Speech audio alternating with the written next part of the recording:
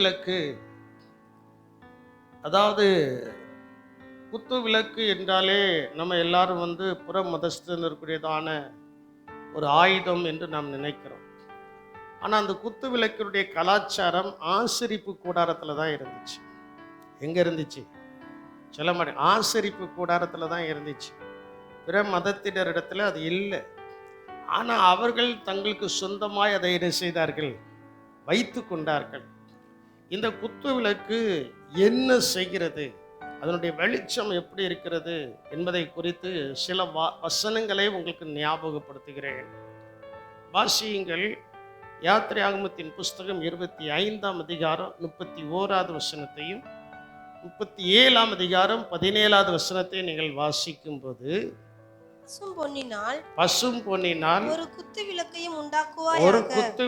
உண்டாக்குவாயாக, அது பொன்னினால் அடிப்பு வேலையாய் செய்யப்பட வேண்டும். அதன் தண்டும் கிளைகளும் மொக்குகளும் பழங்களும் பூக்களும் பொன்னினால் செய்யப்பட வேண்டும். ஆசரிப்பு கூடாரத்தில் 3 பகுதிகள் உண்டு. 1 பிரகாரம், 2 பரிசுத்த ஸ்தலம், 3 மகா பரிசுத்த ஸ்தலம். நம்முடைய ஆலயத்தை நீங்கள் எடுத்தால் வெளியிலே பிரகாரம் இருக்கிறது, உள்ளே பரிசுத்த ஸ்தலம் இருக்கிறது, இங்கே மகா பரிசுத்த ஸ்தலம் என்ன செய்கிறது? இருக்கிறது. இதை விதமாக என்ன செய்யலாம்? பிரிக்கலாம். இந்த குத்து விளக்கு இருக்கக்கூடிய இடமே பரிசுத்த ஸ்தலத்தில் தான் இருந்தது. அது பின்னாலே உங்களுக்கு சொல்கிறேன். அப்போ அந்த குத்து விளக்கு எதனால செய்யணுமா? நல்லா பாருங்க. பசும் பொன்னினால், சுத்த பொன்னால. அது 22 கேரட்டா, 24 கேரட்டா, 26 கேரட்டா, 30 கேரட்டா, அது எனக்கு தெரியாது. நமக்கு அதன் மேல பழக்கங்கள் இல்லை. சுத்த பொன்னால என்ன செய்யப்பட்டிருக்கணும்? செய்யப்பட்டு இருக்க வேண்டும். சுத்த பொன்னால் ஒரு குத்து விளக்கை உண்டு பண்ணுவாயாக, ஆசரிப்பு கூடாரத்தில் வைப்பதற்கு. பரிசுத்த ஸ்தலத்துக்குள் வாரம்னா ஒரு பழமொழி சொல்லுவாங்க, யானை இருந்தாலும் 1000 பொண்ணு, செத்தாலும் அதை காட்டிலும் ஒரு விசுவாசி சபைக்குள்ள இருக்கும் வரைக்கும் அவர்கள் 1000 பொன்னாக விளங்குகிறார்கள். அல்லேலூயா, அல்லேலூயா. 1000 பொன்னாக அவர்கள் விளங்குகிறார்கள். அவருடைய காலத்திற்கு பின்பும் அவர்கள் பொன்னாகவே விளங்குகிறார்கள்.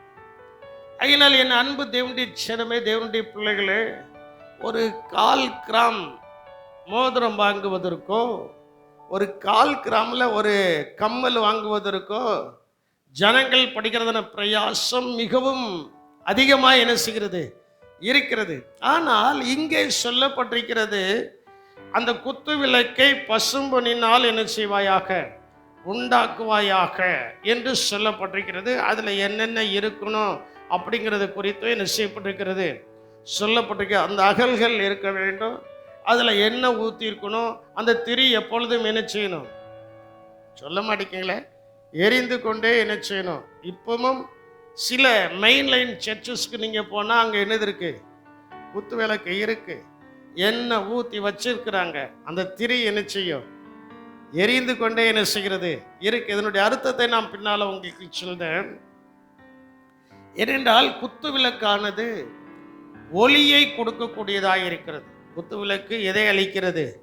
ஒளியை கொடுக்கிறது, வெளிச்சத்தை கொடுக்கிறது. அந்த வெளிச்சம் எதுக்கு என்றால் தீமைகளை நீக்கி நன்மைகளை வழங்க வேண்டும். தீமைகளை என்ன செய்யணும்? நமக்குள்ள ஒரு வெளிச்சம் இருக்கு, நமக்குள்ள ஒரு வெளிச்சம் என்ன செய்யுது? இருக்கு. இந்த வெளிச்சம் நமக்குள்ள வர வர வர வர வர, இந்த பிரகாசம் நமக்குள்ள வர வர நாம் தீமை செய்கிறவர்களாய் இருக்கக்கூடாது, நன்மை செய்கிறவர்களாய் இருக்க வேண்டும். அல்லேலூயா. நீங்கள் அப்போஸ்தலர் 10ஆம் அதிகாரம் 38வது வசனம் என்ன நினைக்கிறதுல நீங்கள் வாசித்து பார்ப்பீர்கள் என்றால், இரட்சகராகிய இயேசு கிறிஸ்துவை குறித்து சொல்லப்பட்டிருக்கிறது, அவர் நன்மை செய்கிறவராய் என்ன செய்தாரா? சுற்றி திரிந்தார். அவர் எப்படி சுற்றி திரிந்தாரா? நன்மை செய்கிறவராய். அப்படி என்றால் நன்மை செய்கிறவராய் சுற்றி திரிந்ததற்கு காரணம் என்னவென்றால், அவரே உலகத்திற்கு வெளிச்சமாய் இருக்கிறார். அந்த வெளிச்சம் மனுஷர்களுக்குள்ள பிரகாசித்து விட்டால் அவர்கள் யாருக்கும் தீமை செய்ய மாட்டார்கள், நன்மைதான் செய்வார்கள். நன்மைதான் என்ன செய்வார்கள்? தீமைகளை நீக்கி நன்மைகளை வழங்கும் குத்துவிளக்காய் இருக்கிறது. அதனுடைய குணங்கள் 5. ஒன்று, அந்த வெளிச்சம் அன்பை குறிக்கிறது. 2வது, அந்த வெளிச்சம் நிதானத்தை குறிக்கிறது. 3வது, அந்த வெளிச்சம் சமயோகிதம் என்கிறதான சமநிலையை குறிக்கிறது. 4வது, மன உறுதியை குறிக்கிறது.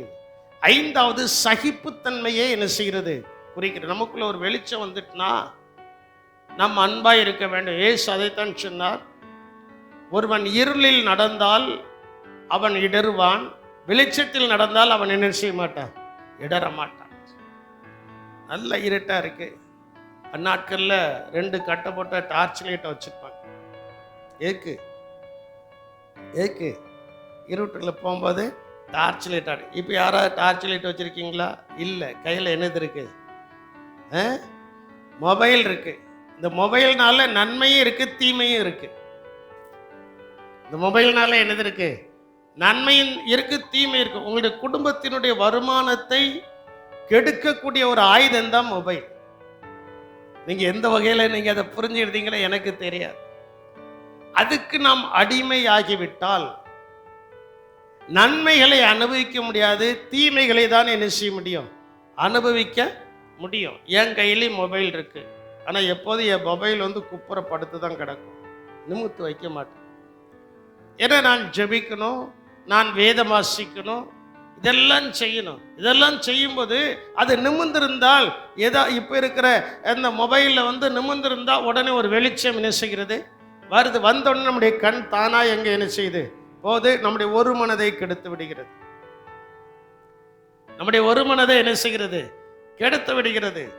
அது படுக்க போட்டிருக்குன்னு வச்சுட்டுங்களா, அது நம்ம கண்ணுக்கு என்ன செய்யாது? சொல்ல மாட்டேங்க. அந்த அனுபவம் உங்களுக்கு இல்லைல்ல. அந்த அனுபவம் அது உங்களுக்கு என்ன செய்யாது? தெரியாது. அது பாட்டில் வருது, அது பாட்டில் போகுது. ஜபம் முடிச்சதுக்கு அப்புறம் தான் நம்ம என்ன செய்வோம்?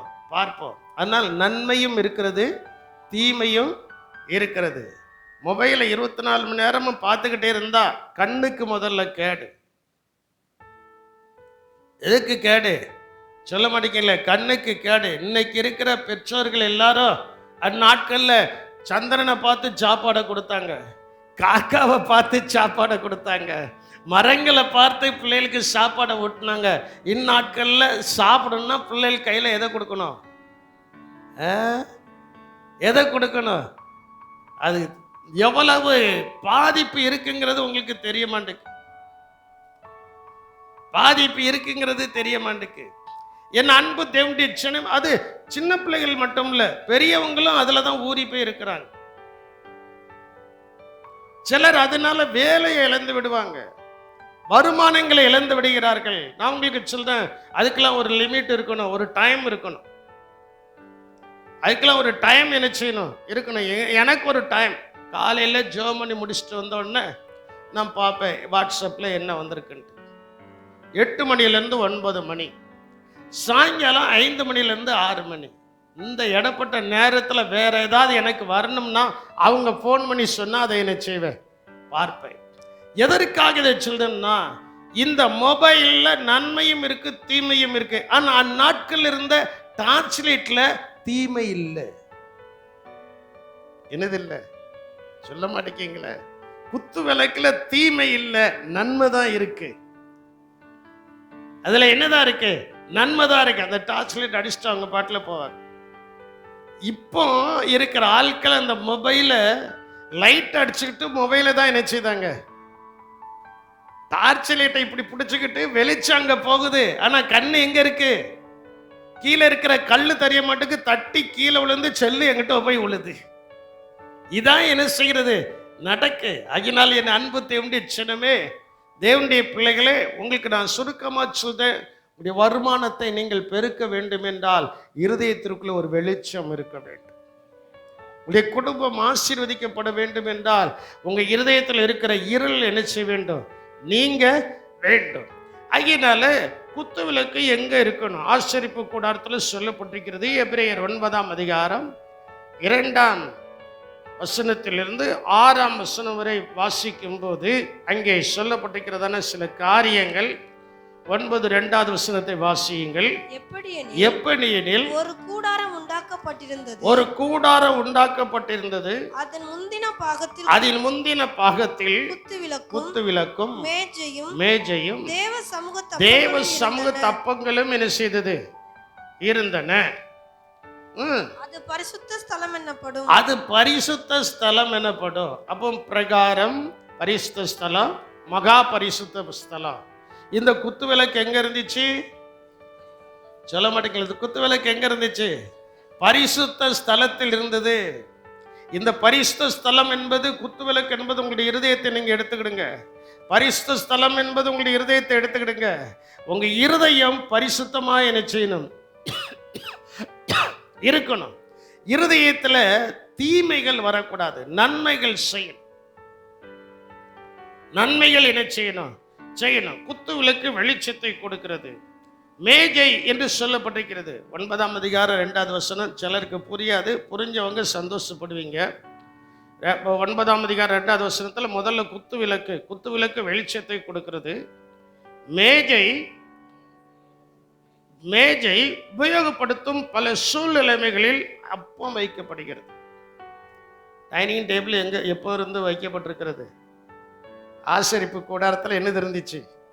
மேஜை இருந்தது. மேஜை என்ன செய்தது?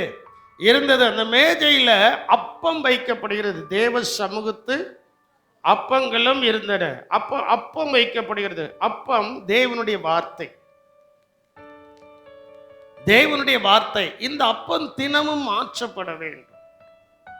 தினமும் என்ன செய்யணும்? மாற்றப்பட வேண்டும். 1 சாமுவேலின் புஸ்தகம் 21ஆம் அதிகாரம் 3வது வசனத்தை நீங்க எடுத்துக்கிடுங்க. அதுல சில கருத்துக்கள். அங்கே தாவீது அந்த இடத்துக்கு போறான். அந்த இடத்துக்கு போன உடனே அந்த தேவ சமூகத்து அப்பத்தை குறித்து அங்கே சொல்லப்பட்டிருக்கிறது. 21ஆம் அதிகாரம் 3வது வசனத்திலிருந்து நீங்கள் வாசிக்கும் போது அந்த அப்பம் தினமும் சூடா வைக்கணும். ஆறுன அப்பத்தை என்ன செய்யக்கூடாது? வைக்க கூடாது என்று சொல்லப்பட்டிருக்கிறது. தாவீது அந்த இடத்துல போய் நிற்கிறான். நிற்கும்போது வயிறு பசி. அப்படித்தானே நம்ம லாங்குவேஜில் பேசுவோமே. அவனுக்கு என்னது? வயிறு பசி. அங்கே இருக்கிறதான ஆசாரியன் இடத்துல, அகிமேலைக்கின் இடத்துல அவன் கேட்குறான், ஏதாவது இருந்தால் எங்களுக்கு தாங்க அப்படின்ட்டு. அவன் சொல்றான், என்னது இருக்கு? உடைய கையில் ஏதாவது ஒரு 5 அப்பம் இருந்தால் போதும், நாங்கள் சாப்பிட்டுட்டு போயிடும். எத்தனை அப்பம்? 5 அப்பம் இருந்தால் போதும், நாங்கள் சாப்பிட்டு போயிடும்னு சொல்லும்போது ஆசாரியன் தாவீதுக்கு சொன்ன 4வது வசனத்தை வாசியுமா. ஆசாரியன் தாவீதுக்கு பிரதியுத்தரமாக பரிசுத்த அப்பம் இருக்கிறதே ஒழிய சாதாரண அப்பம் என் கையில் இல்லை. அதனால தான் நான் உங்கள்கிட்ட அடிக்கடி சொல்லுவேன், சபையில கொடுக்கப்படுகிற ஆகாரம் பரிசுத்தமானது, அது சாதாரணமானது அல்ல. அல்லேலூயா. அந்த பரிசுத்த ஆகாரத்தை புசிக்கும் போது, இந்த சபையினுடைய எல்கையில ஒரு டம்ளர் காபி உங்களுக்கு கொடுக்கப்பட்டு அதை நீங்க குடிக்கும்போது அது பரிசுத்தம் நிறைந்தது, அது சாதாரணது அல்ல. ஆசாரியர் அங்கே சொல்கிறார், பரிசுத்த அப்பம் இருக்கிறதே ஒழிய சாதாரண அப்பம் என்ன செய்யல இல்லை. அப்போ நம்ம வீட்டில் நம்ம சாப்பிட்றதுலாம் சாதாரண அப்பம். என்ன அப்பம்? சாதாரண அப்பம். வருஷத்துக்கு ஒருக்கா, வருஷத்துக்கு 2 திருப்பு, வருஷத்துக்கு 3 திருப்பு, இதெல்லாம் சபையில் கொடுக்கப்படுகிறது. என்னது? பரிசுத்த அப்பம். 12 மாசமும் கொடுக்கப்படுது. அது என்னது? பரிசுத்த அப்பம். சரி, அப்போ அதை சாப்பிடுவதற்கு ஒரு நிபந்தனை அங்கே சொல்தான். வாலிபர் ஸ்திரீகளோட மாத்திரம் சேதார் இருந்தாலும் என்ன செய்வேன்? கொடுப்பேன், அலாட்டா கொடுக்க மாட்டேன். கண்டிஷனை சொல்தான். இன்னைக்கு நம்ம யாராவது கண்டிஷனை சொல்லிட்டா, இவர் எனக்கு கொடுக்கல அப்படின்னு கோபத்தில் போயிடும். கோபத்தில் என்ன செஞ்சிருவோம்? போயிடும். ஆனால் கண்டிஷன் அங்கே சொல்லுதா, இப்படி இருந்தால் நான் கொடுப்பேன். தாவீது ஆசாரியனுக்கு பிரதியுத்தரமாக நான் புறப்படுகிறதுக்கு முன்னேற்றும் முந்தா நாளும் ஸ்திரீகள் எங்களுக்கு விளக்கமாய் இருந்தார்கள். வாலிபருடைய அசம்பிகளும் சுத்தமாக இருக்கிறது. இன்றைய தினம் வேறே அப்பம் பாத்திரத்தில் பிரதிஷ்டை பண்ணப்பட்டதினால் இது சாதாரணமாயிற்று. அந்த பரிசுத்த சமூகத்தில் எத்தனை அப்பம் இருக்கு? 12 அப்பம் இருக்கு. அவன் கேட்டுதான் 5.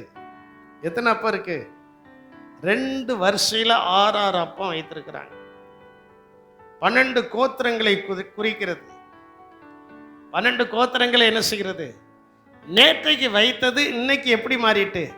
சாதாரணமாயிற்று. அதனால நான் தாரேன். வேற வழியே இல்லை. வேற வழியே இல்லாம அதை வாங்கி அவர்கள் என்ன செய்கிறார்கள்? புசிக்கிறார்கள். 6வது வசனத்துல சொல்லப்பட்டிருக்கிறது, அப்பொழுது கர்த்தருடைய சந்நிதியிலிருந்து எடுக்கப்பட்ட சமூக தப்பங்களை தவிர வேறே அப்பம் அங்கே இராதபடியினால் ஆசாரியன் அவனுக்கு பரிசுத்த அப்பத்தை கொடுத்தான். அவைகள் எடுக்கப்படுகிற நாளிலே அதற்கு பதிலாக என்ன அப்பம் வைக்கப்படணும்? அப்போ பரிசுத்த ஸ்தலத்தில் இருக்கிற ஒரு விசுவாசி சூடா இருக்கும். இன்னும் ஒருத்தர் ஆமேன்னு சொல்ல மாட்டேங்க. பரிசுத்த ஸ்தலத்தில் இருக்கிற ஒரு விசுவாசி எப்படி இருக்கணும்? அனலா இருக்கணும், சூடா இருக்கணும். அதான் வேதாகமத்தில் சொல்லப்பட்டிருக்கிறது, நீ குளிருமின்றி அனலுமின்றி இருப்பாயானால் என் வாயிலிருந்து உன்னை என்ன செய்வேன்? வாந்தி பண்ணி போடுவேன். நாம் அனலா இருக்கணும், சூடா இருக்கணும். சூடா என்ன செய்யணும்? அதனால்தான் இயேசுநாதர் சொன்னார், மனுஷன் அப்பத்தினாலே மாத்திரமல்ல தேவனுடைய வாயிலிருந்து புறப்படுகிற ஒவ்வொரு வார்த்தையினாலும் என்ன செய்வான். அப்ப இந்த குத்து விளக்கு பக்கத்துல மேஜை இருக்கு, மேஜை பக்கத்துல அப்பம் இருக்கிறது. அந்த அப்பம் எப்படி இருக்கணும்? அப்பம் எப்படி இருக்கணும்? அந்நாட்கள்ல பழைய சோறுனா எல்லாரும் விரும்பி சாப்பிடுவாங்க. பழைய சாப்பாடு எல்லாரும் விரும்பி. இந்நாளில் யாராவது சாப்பிடுறீங்களா? பழைய சாப்பாடு இருந்தால் கழனி பாலைக்குள்ள போயிடும். அது யாருக்கு போகுது? அது யாருக்கு போகுது? மிருகஜீவன்களுக்கு என்ன செய்கிறது? போகுது. எதற்கு நான் தவறுதலா நான் சொல்லலை. அந்த சூடான அப்பம் என்கிற இடத்துல நீங்க வரும்போது கிறிஸ்துவுக்காக நீங்கள் சூடா இருக்கிறீர்களா? கிறிஸ்துவின் வசனம் உங்களுக்குள்ள போய் உங்களை சூடாக்குகிறதா? நீங்கள் தியானிக்கிற வசனம், நீங்கள் சிந்திக்கிற வசனம், நீங்கள் வாசிக்கிற வசனம் உங்களை அனல் ஏத்தணும். அந்த குத்து விளக்கினுடைய வெளிச்சத்தை போல நம்மளை என்ன செய்யணும்? சொல்ல மாட்டேங்களே, அனல் என்ன செய்யணும்? ஏத்தணும். சூடா என்ன செய்யணும்? கிறிஸ்துவுக்காக சூடா என்ன செய்யணும்?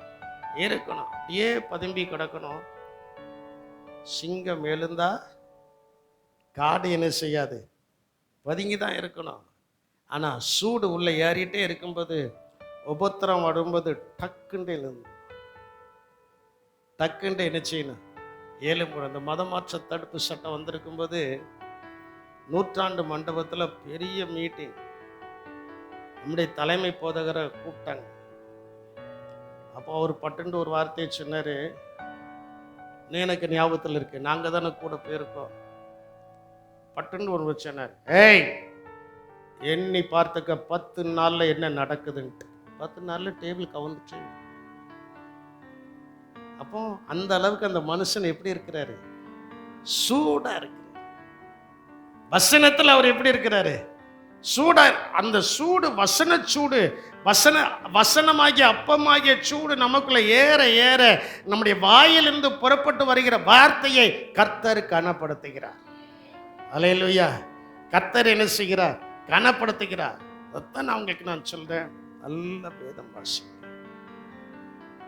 நல்ல ஜெபம் செய்யுங்க. சரி, இந்த குத்து விளக்கு சுத்தமா இருக்கணும். குத்து விளக்கு எப்படி இருக்கணும்? டெய்லி அதை என்ன செய்யணும்? சுத்திகரிக்க வேண்டும். சுத்தமா இருக்கணும். ஆனால் எப்பொழுது எரிந்து கொண்டு இருக்க வேண்டும். வாசியுங்கள் 31ஆம் அதிகாரம், யாத்திரையாகம 31ஆம் அதிகாரம் 8வது வசனத்தையும் 39 37வது வசனத்தை நீங்கள் வாசிக்கும் போது மேஜையையும் ம், அதன் பனிமுட்டுகளையும் ஆ, சுத்தமான குத்து விளக்கையும் சுத்தமான குத்து விளக்கையும். அதன் சகல கருவிகளையும். சரி, அதுல நிறைய சொல்லப்பட்டிருக்கு, அந்த பிரகாரத்துல என்னெல்லாம் இருக்குன்னு சொல்லப்பட்டிருக்கு. நான் எடுத்தது அந்த குத்து விளக்க மட்டும்தான். யாத்திராகமம் 31:8 நான் எடுத்தது அந்த குத்து விளக்க மட்டும்தான். அந்த குத்து விளக்கு எப்படி இருக்கணுமா? எப்படி இருக்கணும்? சுத்தமா இருக்கு. சுத்தமான குத்து விளக்கு. நீங்க தாங்க விளக்கு, நான் தான் விளக்கு. அல்லேலூயா. நம்ம எப்படி இருக்கணும் சொல்ல மாட்டேங்கிங்களா? சிலருக்கு என் மேல கோபம் வருது போல தெரியுது. இருந்தாலும் பரவாயில்லை, இந்த சுத்தம் இருந்தால் தான் பரலோகத்துக்கு போக முடியும். அல்லேலூயா. இருதயத்தில் ஏற்றப்பட்ட தீபம் அணையாதபடி அதை பாதுகாக்க வேண்டும். இந்த குத்துவிளக்காகிய இருதயத்துல இயேசு ஒரு தீபத்தை என்ன செய்திருக்கிறார்? ஏற்றி வைத்திருக்கிறார். அந்த தீபம் அணையாதபடி நம்ம என்ன செய்யணும்? பாதுகாக்க வேண்டும். மத்தேயு 5:8 சொல்லப்பட்டிருக்கிறது, இருதயத்தில் சுத்தமுள்ளவர்கள் பாக்கியவான்கள், அவர்கள் தேவனை என்ன செய்வார்கள். அப்போ இந்த பொன் குத்து விளக்கு எப்படி இருக்கணும்? சுத்தமா இருக்கணும். இருதயம் எப்படி இருக்கணும்? சொல்ல மாட்டேங்க. பரிசுத்த ஸ்தலத்துல குத்து விளக்கு எதுக்கு வைக்கப்பட்டுச்சு? வருதவங்க எல்லாம் எதுல இருக்கணும்? வெளிச்சத்துல இருக்கணும். அதே போல இயேசு நமக்குள்ள ஏற்றி வைத்திருந்த அந்த இதய தீபம் சுத்தமா இருந்தால் அவரை நாம் பார்ப்போம். அந்நிய கண்கள் அல்ல, என் சொந்த கண்களை அவரை காணும். அல்லேலூயா. எத்தனை பேருக்கு புரியுதோ புரியல எனக்கு தெரியாது. கர்த்தர் கொடுத்த வசனத்தை நான் சொல்லியிருக்கேன். நம்ம இருதயத்துல கர்த்தர் ஒரு தீபத்தை ஏற்றி வச்சிருக்கிறார். குத்து விளக்கு எரிந்துகிட்டே இருப்பது போல நம்முடைய தீபம் அணையாதபடி. சென்னையில ஒரு இடம் இருக்கு, ஒரு லைட்டிங், அதுக்கு என்னமோ சொல்லுவாங்களே, அணையா விளக்கா, 1000 விளக்கு, 1000 விளக்கு. அணையா விளக்கு என்ன? அணையா விளக்கு அவங்க கரெக்டா சொல்றாங்க. நான் அப்படிதான் கேள்விப்பட்டேன். அணையா விளக்கு 24 hours அது என்ன செய்யாது? அது என்ன செய்யாது? அணையாது. அப்படி ஒரு லைட்டிங்ஸ் அங்க செட் பண்ணி வச்சிருக்கிறான். ஹோல் தமிழ்நாட்டுக்கு ஒண்ணுதான் அவன் செட் பண்ணி வச்சிருக்கான். ஆனா அகில உலகத்திற்கும் ஆவிக்குரியவர்களுக்கு இயேசு ஒருவரே எல்லாருடைய இருதயத்திலும் குத்து விளக்கா இருக்கிறார். அல்லேலூயா. எல்லாருக்கும் அவர் தான் வெளிச்சம். எனக்கு வெளிச்சம் அவர் தான். நான் அவருடைய வெளிச்சத்தில் நடந்தால், அவருடைய வேத வசனம் எனக்குள்ள போக போக போக போக நான் சூடேறேன். வசனம் என்னை சூடாக்கிட்டே இருக்கு. அப்பம், அந்த வசனமாகிய அப்பம் ஆண்டவர் சொல்றார், சூடா சாப்பிடுப்பா, அது சூடா இருக்க வேண்டும். ரெண்டாவது, அது இருதயத்தில் ஏற்றப்பட்ட தீபம் அணையாதபடி அதை நாம் என்ன செய்யணும்? பாதுகாக்கணும். ஏன் ஏற்றப்பட்டிருக்கு அப்படின்னா, ஏற்றப்பட்டிருக்கு அப்படின்னா அதுல சொல்லப்பட்டிருக்கிறது, நமக்கு ஜெயம் கிடைக்கும் வரைக்கும், நமக்கு ஜெயம் கிடைக்கும் வரைக்கும் அந்த திரியை கர்த்தர் என்ன செய்ய மாட்டார்? அணைக்க மாட்டார். மத்தேயு 12:20 சொல்லப்பட்டிருக்கிறது, ஏற்றப்பட்ட தீபத்தை அவர் அணைக்க மாட்டார். அவர் நியாயத்திற்கு ஜெயம் கிடைக்க பண்ணும் வரைக்கும் எரிந்த நாணலை முறியாமலும் மங்கி எரிகிற திரியை அணைக்காமலும். சில நேரத்தில் நம்முடைய திரி மங்கிருது. சோதனைகள் வரும்போது, பிரச்சனைகள் வரும்போது, கண்ணீரின் பள்ளத்தாக்கு வரும்போது திரி கொஞ்சம் என்ன செய்யுது? எனக்கு ஒரு ஞாபகம் வருது. அந்நாட்களில் சிம்லி லைட் இருக்கும். அந்த சிம்லி லைட்ல சுத்தி என்னது போட்டிருப்பாங்க? உப்பு. எதுக்கு அந்த உப்பு போட்டிருக்கிறாங்க? அங்கெங்கேயும் உருளாம நகலாம அந்த திரி கரெக்டா என்ன செய்யணும்? ஏறியது. உங்களுக்குள்ளே உப்புள்ளவர்களா இருங்கள்ன்றது அதான் பைபிளின்னு சொல்லப்பட்டிருக்கு. நான் வசனத்துல தான் நிற்கிறேன். அந்த வசனத்துல அழகா மங்கி எறிகிற திரியே அவர் அணையாமல. சில நேரங்கள்ல நாம் செய்த தேவையில்லாத காரியத்தினால ஆண்டவர் நம்மளை விட்டு கொஞ்சம் தூரம் போனது போல இருக்கலாம். ஆனா திரியை என்ன செய்யல? குத்து விளக்க கர்த்தர் என்ன செய்யல? சொல்ல மாட்டேங்கிங்களே. உங்களுக்கு புரியலன்னு நினைக்கிறேன், அதான் சொல்ல மாட்டேன். குத்து விளக்க கர்த்தர் என்ன செய்யல? அணைக்கல. குடும்பத்தின் பிரகாசத்தை அணைக்காமல் அதை மீண்டும் அவர் தூண்டி விடுகிறார். அல்லேலூயா. மீண்டும் அதை என்ன செய்கிறார்? கீழே போயிட்டோம். கீழே போயாச்சு. இப்போ கர்த்தர் தூக்கி எடுக்கிறார். எரேமியாவை சிதேக்கியா ராஜா கோபத்துல ஒண்ணுமில்லாத பால் கிணத்துல என்ன செஞ்சிட்டான்? தூக்கி போட்டுட்டான். அம்மா நடந்த சமயம் எரேமியாவில் நீங்க வாசித்து பாருங்க. தூக்கி போட்டு அவன் அந்த கிணத்துல அமிழ்ந்து போறான். அப்பொழுது ஒரு எத்தியோப்பியன் ராஜாவினிடத்துல கேட்டு அவசரமாய் செயல்பட்டு தன் சேவர்களை கூட்டிட்டு போய் அங்கே பண்டக சாலையில் இருந்ததான பழம் துணிகள் எல்லாம் கொண்டு போய் கெட்டி மேலே தூக்கிட்டான். அதே போல நமக்கு வந்த சோதனைகள், துன்பங்கள், துயரங்கள், வேதனைகள், இவைகள் எல்லாவற்றையும் சாத்தான் நம்ம காலை பிடிச்சி இழுத்து கீழே அப்படி கொண்டு போயிட்டான். கீழே கொண்டு போகும்போது ஏதோ ஒரு வசன ஞாபகத்தில் வந்து அந்த வசனத்தை அறிக்கை செய்தோம் பாருங்க, அந்த வசனம் அப்படியே மேலே தூக்கிச்சு. அல்லேலூயா. வசனம் அதான் உங்ககிட்ட சொன்னேன், அந்த வசனம் உங்களுக்கு சூடா இருக்கணும். அந்த அப்பம் எப்படி இருந்தது? சூடா இருந்துச்சு. அந்த சூடான வசனம், சூடான வசனம், அந்த வசனனுடைய வாயிலிருந்து புறப்பட்ட உடனே அந்த வசனம் நம்மை அப்படியே மேலே தூக்குது. அந்த வசனம் யார் என்றால் இரட்சகராகிய இயேசு கிறிஸ்து. ஆதியிலே வார்த்தை இருந்தது, அந்த வார்த்தை தேவனிடத்தில் இருந்தது, அந்த வார்த்தை தேவனாகவே இருந்தது. அப்ப அந்த வார்த்தை, தேவனாகிய வார்த்தை நம்முடைய வாயிலிருந்து அறிக்கை செய்த உடனே அப்படியே நம்மளை மேலே தூக்குது. அப்படியே நம்ம என்ன செய்கிறது? மேலே தூக்குது. ஆகியனால அந்த மங்கி நம்முடைய சில நேரங்கள் நம்முடைய குடும்பம் மங்கிரும், சில நேரங்களில் நம்முடைய வருமானங்கள் கொஞ்சம் மங்கிரும், சில நேரங்களில் எல்லாமே சீரவாகி தலையில் இப்படி கையை வச்சுக்கிட்டு குத்தோச்சு உட்காந்துக்கிட்டு என்னடா செய்ய, what I am going to do, நான் என்ன ஆண்டவரே செய்ய சொல்லும். அந்த அளவுக்கு ஒரு மங்கி போய் இருக்கலாம். ஆனா மங்கிதான் போய் இருக்கிறத தவிர அது என்ன செய்யல, அது என்ன செய்யல, அணையல. அணையாதபடினால அப்படி உட்கார்ந்துக்கிட்டு அப்படி சிந்திச்சுட்டே இருக்கும்போது ஒரு வசனம் வரும், ஏற்ற காலத்தில் அவர் உங்களை உயர்த்தும்படிக்கு அவருடைய பலத்த கரத்திற்குள் அடங்கி இருங்கள், உங்கள் கவலைகள் எல்லாம்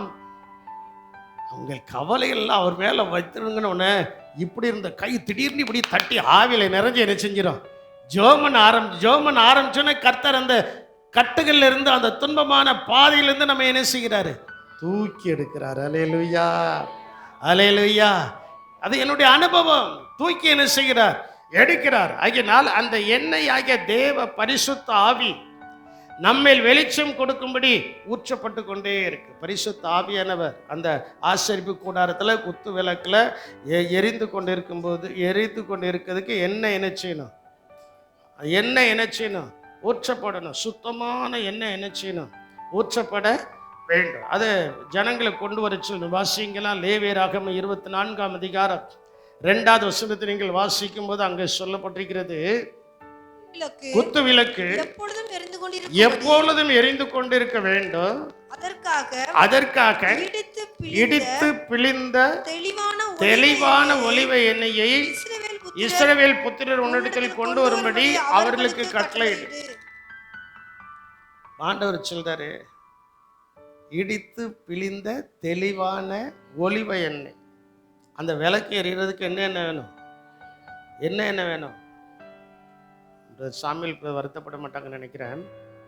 கிட்டத்தட்ட ஒரு 30-35 வருஷத்துக்கு முன்னால அவங்க மரச்செக்கு வச்சிருந்தாங்க. மரச்செக்கு, அந்த மரச்செக்கில் அந்த கடலையை போட்டு, கடலையும் தவிடுமா, கடலை மட்டும், கடலையை போட்டு ஆட்டி அதை மேலே வரும்போது என்ன போடுவீங்க? ஆட்டி மேலே வந்துடும்ல, எண்ணெயை வடிக்கணும். எண்ணெயை வடிச்சு அப்படியே கீழே வந்ததுக்கு அப்புறம் அதை எடுத்து அதை மறுபடியும் என்னச்சுவாங்க? ஃபில்டர் பண்ணும். அது கலங்கி போய் இருக்கும். ஃபில்டர் ஆனாதான் நல்ல எண்ணெயாக என்ன செய்யும்? மாறும். அப்படி அதை பாட்டலில் ஊற்றி எங்கிட்ட கொடுக்கும்போது நான் இப்படியே அந்த தெருவில் வச்சுட்டு வரும்போது சிலருடைய கண்கள் அதை பார்த்துருக்கு. சிலருடைய கண்கள் என்ன செய்கிறது? விளாத்தி குளத்தில் இருக்கிறதான எண்ணெய் வந்து மரச்செக்கு எண்ணெய் இல்லையாம். நான் ஒரு நாள் அவங்ககிட்ட கேட்டேன், நீ இது மரச்செக்கு எண்ணெய் தானே? இல்லை, கல்லும் மரமும் சேர்ந்தது தான் என்னதான் மரச்செக்கு எண்ணெய். இது இரும்போட என்ன செய்யுது? சேருது. ஆனாலும் அது கலப்படம் இல்லாத ஒரு எண்ணெயா என்ன செய்கிறது? இருக்கிறது. அப்போ தேவ சமூகத்தில் எந்த எண்ணெயை கொண்டு வரணுமா? தெளிவானது. ஒரு விசுவாசி தெளிவா இருக்கும். விசுவாசி எப்படி இருக்கணும்? தெளிவா ரட்சிக்கப்பட்டிருக்கணும், தெளிவா ரட்சிக்கப்பட்டிருக்கணும், ஞானஸ்தானம் எடுத்திருக்கணும், உறுதியாய் ஞானஸ்தானம் எடுத்திருக்கணும், அபிஷேகம் பெற்றிருக்கணும், உறுதியாய் அபிஷேகம் பெற்றிருக்கணும், ஆவிக்குரிய ஜீவியத்தில் வளரணும், உறுதியாய் என்ன செய்யணும்? தெளிந்தவர்கள். அவர் நமக்கு பயமுள்ள ஆவியை கொடாமல் அன்பும் பலமும் தெளிந்த புத்தியும் உள்ள ஆவியை என்ன செய்திருக்கிறார்? கொடுத்திருக்கிறார். எதற்கு என்றால் நாம் தெளிந்த உலகத்துல தான் இருக்கிறோம். நான் அடிக்கடி சொல்றது போல, கடல்ல தான் மீன் கிடக்கு. அந்த மீனை பிடிச்சி குழம்பு வைக்கணும், என்னது போடணும்? உப்பு போடணும். கடல் தண்ணி எப்படிதான் இருக்கு? உப்பா தான் இருக்கு. அதே போல உலகத்துக்குள்ளதான் நாம கிடக்கிறோம்.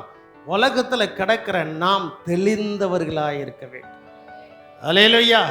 தெளிந்தவர்களாய் இருக்க வேண்டும். அந்த குத்து விளக்கு எப்பொழுது எரிந்து நம்முடைய லைட், நம்முடைய இருதயம் எப்பொழுதும் பிரகாசம் அடைந்து கொண்டே இருக்கும். எப்பொழுது என்ன செய்யணும்? அதை அணைய விட்டுறக்கூடாது. அதை அணைய என்ன செஞ்சிடக்கூடாது? விட்டுறக்கூடாது. அந்நாட்கள்ல அதான். எனக்கு தெரிய ஸ்ட்ரீட் லைட்லாம் கிடையாது. ஒரு சின்ன திண்டு இருக்கும், அதில் ஒரு லைட்டு மட்டும் என்ன செய்யும்? இருக்கும். அந்த லைட்டுக்கு முன்னால நிறைய பேர் என்ன செஞ்சிருப்பாங்க? உட்கார்ந்துருப்பாங்க. ரேடியோ எல்லா வீட்லையும் கிடையாது, ஒரு வீட்டில் தான் இருக்கும். எனக்கு ஞாபகம் இருக்கு, சாயங்காலம் 7:30 மணி ஆயிடுச்சுன்னா ஆகாஷ்வாணியா அதை போய் கேட்கறதுக்கு உட்கார்ந்துருப்பேன்.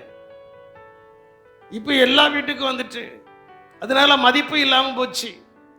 டிவி எல்லா வீட்லையும் இருக்கு, மதிப்பு இல்லாமல் போச்சு. வாழ்க்கைக்கு டைம் பார்க்கனாலே வாத்தியார் வீட்டில் போய் பனியன்னு பார்த்துட்டு வாடாமாங்க. அப்படி ஞாபகம் இருக்கா? அப்படி எல்லாம் அந்த காலத்தில் அப்படி இருந்துச்சு. இப்போ இல்லை, எல்லாம் மாறிட்டு. எல்லாம் மாறினாலும் இயேசுவின் வசனம் மட்டும் மாறாமல் இருக்கு. வானமும் பூமி ஒளிந்து போ, என் வார்த்தைகளோ ஒருபோதும் என்ன செய்வதில்லை. அதில் உள்ள சிறு எழுத்தாய்களோ, ஒரு எழுத்தின் உறுப்பாய்களும் என்ன செய்வதில்லை, ஒளிந்து போவது இல்லை. அவைகள் எல்லாம் என்ன செய்யும்? நிறைவேறும். ஆகினால பரிசுத்த ஆவியின் அபிஷேகம் நம்ம மேல ஊற்றப்பட வாரத்துக்கு ஒருக்கா சபையில ஆவியில நிரம்பி ஜெபம். எதுக்கு? பரிசுத்த ஆவியின் அபிஷேகம் ஊற்றப்பட்டு 6வது நாள்ல திரி கொஞ்சம் மங்கி போயிடும். 6வது நாள் சனிக்கிழமை திரி கொஞ்சம் என்ன செஞ்சிடும்?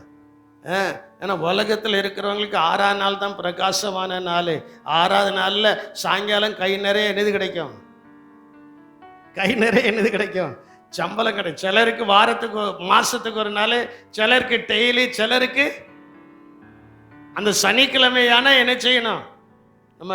நம்ம மேஸ்திரி இன்னாச்சு முத்திருப்பார், 6 நாள் வேலை வாங்கி அந்த 6வது நாள் கடைசி நாளில் வீட்டுக்காரங்களை போட்டு கடிச்சுக்கிட்டு இருப்பார். சம்பளம் கொடுக்கணும், காலையிலேயே ஆரம்பிச்சிடும். அதே போல 6 நாள் நாம் வேலை செய்வதற்குரிய ஒரு பிரகாசம் வேண்டும் என்றால் சபையில ஆவியில நிரம்பி ஜெபிக்க வேண்டும். அல்லேலூயா. ஆவியில நிரம்பி என்ன செய்யணும்? ஜெபிக்கணும். ஜெபிக்கும் போது அந்த எண்ணெய் நம்ம மேலே ஊற்றப்படுகிறது. நம்முடைய வெளிச்சம் எப்பொழுதுமே என்ன செய்கிறது? பிரகாசிக்கிறதா இருக்கிறது. ஏனென்றால் அதுல ஒரு ரகசியம் இருக்கு. இயேசு கடைசி நாட்கள்ல வெளிப்படுத்தல் விசேஷத்தை கொடுக்கும்போதே அவர் சொல்றாரு, அந்த குத்து விளக்கு ஒரு ரகசியம். அந்த ரகசியம் சபைக்கும் கிறிஸ்துவுக்கும் தான் தெரியும், வேற யாருக்கும் தெரியாது. வெளிப்படுத்தல் 1ஆம் அதிகாரம் 20வது வசனம் நினைக்கிறேன். அதை நீங்க வாசித்து பார்க்கும்போது அங்கே சொல்லப்பட்டிருக்கும், அவருடைய வலது கரத்துல, என் வலது கரத்தில் நீ கண்ட 7 நட்சத்திரங்களின், என் வலது கரத்துல நீ கண்ட 7 நட்சத்திரங்களின் ரகசியத்தையும் 7 பொன் குத்து விளக்கு விளக்குகளின் ரகசியத்தையும் 7 பொன் குத்து விளக்குகளின் ரகசியத்தையும் எழுது. எழுது. அந்த 7 நட்சத்திரங்களும் அந்த 7 நட்சத்திரமும் 7 சபையின் தூதர்களாம். 7 சபையின் தூதர்களாம். நீ கண்ட 7 குத்து விளக்குகள் நீ கண்ட 7 குத்து விளக்கும் 7 சபைகளாம். 7 சபைகளாம். அப்ப இந்த குத்து விளக்கு யாரு சொல்லுங்க? இப்போ சொல்லுங்க, யாரு? இந்த சபை தான். இந்த சபை அவருடைய கரத்தில் இருக்கு. இந்த சபையில் அவர் சுத்தி உலாவிக்கிட்டே வரார். 2 அதிகாரம் 1வது வசனத்தை வாசிக்கும் போது அங்க சொல்லப்பட்டிருக்கிறது, சபையின் தூதனுக்கு எபேசு சபையின் தூதனுக்கு நீ எழுத வேண்டியது என்னவெனில், நீ எழுத வேண்டியது என்னவெனில், 7 நட்சத்திரங்களை தம்முடைய வலதுகரத்தில் ஏந்திக் கொண்டு 7 நட்சத்திரங்களை தன் வலது கையில் ஏந்தி கொண்டு 7 பொன் குத்து விளக்குகளின் மத்தியிலே 7 பொன் குத்து விளக்குகளின் மத்தியிலே உலாவிக் கொண்டிருக்கிறவர் சொல்லுகிறதாவது. உலாவி கொண்டு. அப்ப அந்த 7 பொன் குத்து விளக்குகளின் மத்தியில யார் உலாவி கொண்டு இருக்கிறார்? இந்த சபையில யார் உலாவி கொண்டு இருக்கிறாரு? அதனாலதான் அந்த சபைக்கு வந்தாச்சுன்னா இஷ்டம் போல பேசவும் முடியாது, கஷ்டம் போல வாழவும் முடியாது. தேவன் உலாவி கொண்டிருக்கிறார். கஷ்டத்தை நீக்குவார், இஷ்டத்தை நீக்குவார், அவருடைய சித்தத்தை மட்டும் நிறைவேற்றுவார். அல்லேலூயா. அவருடைய சித்தத்தை மட்டும் என்ன செய்வாரு? நிறைவேற்றுவார். அவருடைய சித்தம் நிறைவேறுவதற்கு எவர்கள் தன்னை பூரணமாய் அர்ப்பணிக்கிறார்களோ அவர்கள்தான் கடைசி வரைக்கும் இயேசுவோடு கூட இருக்க முடியும். மற்றவங்க இருக்க முடியாது. சும்மா வந்து ஆண்டவரே ஆண்டவரேன்னா கடைசி நேரத்துல அவரு காது கேட்காம போயிரும். கடைசி நேரத்துல அந்த குத்து விளக்கின் சபையிலே உலாவுகிற பரிசுத்த ஆவியானுடைய தொடுதல் நமக்கு இருக்க வேண்டும். அந்த சபையிலே உலாவுகிறதான இயேசுவானவருடைய தொடுதல் நமக்கு காணப்பட்டா வியாதிகளும் நீங்கும், வறுமைகளும் நீங்கும், துன்பங்களும் நீங்கும், ஆசீர்வாதம் தானாய் வரும். அல்லேலூயா. உலாவிக்கிட்டே இருக்கிறாரு. பெரும்பாடுள்ள ஸ்திரீ, அவ இருதயத்தில் ஒரு எண்ணம், நாம் போய் என்ன செய்யணும், நாம் போய் என்ன செய்யணும். அப்போ நம்ம முன்னால பரிசுத்த ஆவியானவர் உலாவிக்கிட்டே இருக்கு. அவரை தொடணும், அவரை என்ன செய்யணும். ஒன்று நாம் தொடணும், அல்லாட்டா அவர் நம்மளை என்ன செய்யணும், தொடணும். எப்படியோ ஒரு தொடுதல் நடந்துட்டுன்னா தேவனாகிய கர்த்தர் நம்மை தொட்டு சுகப்படுத்தி பலப்படுத்தி காப்பாற்றி நமக்கு செய்யக்கூடிய அற்புத அடையாளங்களை செய்து நம்மளை வாழ வைக்கும் தேவனாய் இருக்கிறார். அல்லேலூயா. நம்மளை வாழ வைக்கும் தேவனாய் என்ன செய்கிறார், இருக்கிறார். நேற்றைய தினத்தில் பிள்ளைகள் எல்லாம் வேலை செய்து முடிச்ச உடனே நான் சொன்னேன், சிலருடைய வீட்டில் அவங்க சக்கரம், அவங்க வண்டி மெதுவாக இப்படி சுத்துது. காரணம் என்ன? கொஞ்சம் டைட்டாக போகுது. தேவைகள் நிறைந்த மாதம் இது, அப்படிதானே? இந்த மாதத்துக்கு பேரே ஜூன். மே ஜூன் வந்துச்சுனாலே படிக்கிற பிள்ளைகள் உங்கள் வீட்டில் இருந்தால் தேவைகள் நிறைந்த ஈசை கட்டணும், யூனிஃபார்ம் வாங்கணும், அதை வாங்கணும், இதை வாங்கணும், வந்துடுறதில்ல, சிக்கன்னு போகுது. அதே போல் அதைத்தான் நான் சொன்னேன், அப்படியே மெதுவாக போகுது. டாப் அடுத்த கியர் என்ன செய்ய முடியல, போட முடியலை. ஆனால் இதை சொல்லிட்டு என்னுடைய டேப் எடுத்து பாடலை நான் போட்டுக்கிட்டு இருக்கும்போது எனக்குள்ள ஒன்று சொன்னது உண்மைதான். ஆனால் அந்த டைட்டு நீங்கணும் அப்படின்னா நம்முடைய மத்தியில் உலாவி கொண்டிருக்கிற பரிசுத்த ஆவியானவர் நம்மளை தொட வேண்டும். யாரு தொடணும்? உங்கள் வீட்டில் பரிசுத்த ஆவியானவர் உலாவணும். நல்லா என்னைய கவனிங்க. உங்கள் வீட்டில் யார் உலாவணும்?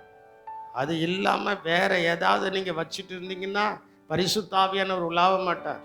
உங்கள் செல்லில் வேற எதையாவது நீங்கள் பார்த்துக்கிட்டு இருந்தால் பரிசுத்த ஆவியானவர் உலாவ மாட்டார். உங்களுடைய சிந்தனையில் வேற எதையாவது வச்சுட்டு இருந்தால் பரிசுத்த ஆவியானவர் உலாவ மாட்டார். அவள் நம்முடைய மத்தியில் உலாவிட்டார்.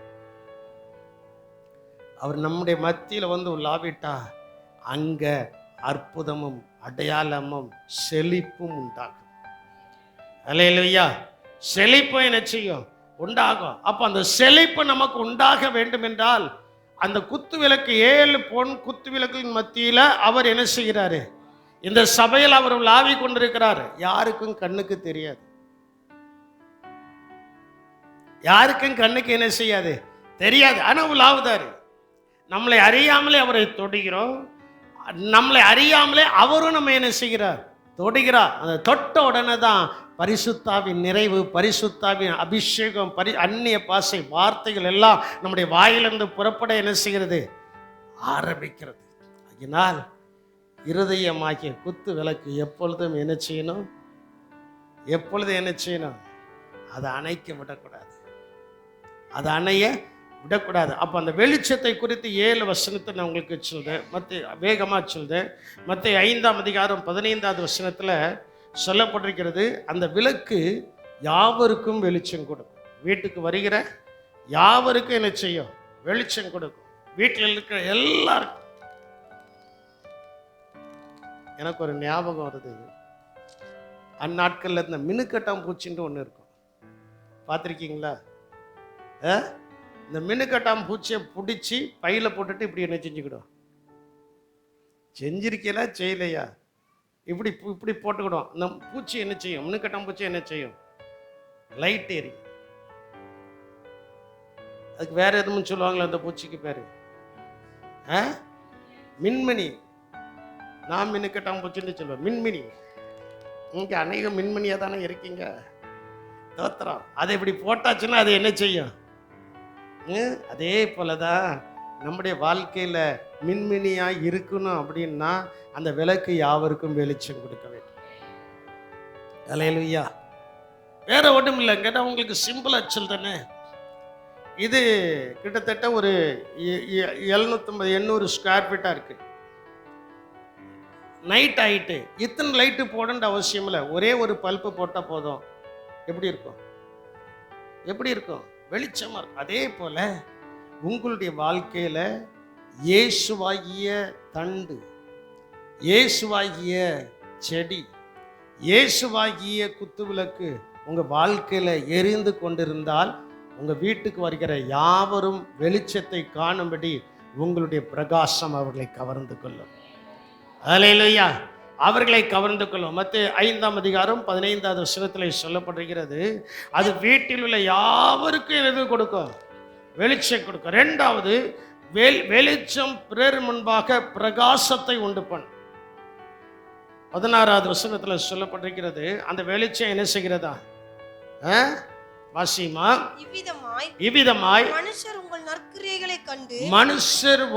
நற்கிரியைகளை கண்டு பரலோகத்தில் இருக்கிற உங்கள் பிதாவை மகிமைப்படுத்தும்படி உங்கள் வெளிச்சம் அவர்கள் முன்பாக. யாருடைய வெளிச்சம்? உங்களுடைய சொந்த வெளிச்சம் பிறருக்கு முன்பு பிரகாசம் அடையும். இதுதான் பைபிள்ல சொல்லியிருக்கு. உங்கள் வெளிச்சம் அவர்கள் முன்பதாக என்ன செய்வதாக? பிரகாசிக்கணும். நம்ம இருளா இருக்கக்கூடாது. நம்ம இருளா நினைச்சக்கூடாது. இருளா தான் இருக்கிறோம், அதுல இருந்து மீண்டு வரணும்.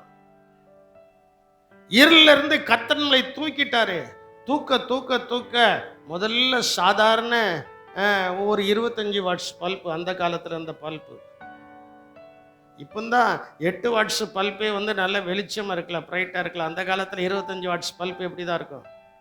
மஞ்சளா கொஞ்சம் மங்கலா தான் என்ன செய்யும்? இருக்கும். அப்புறம் அது மெர்க்குரியா மாறுது.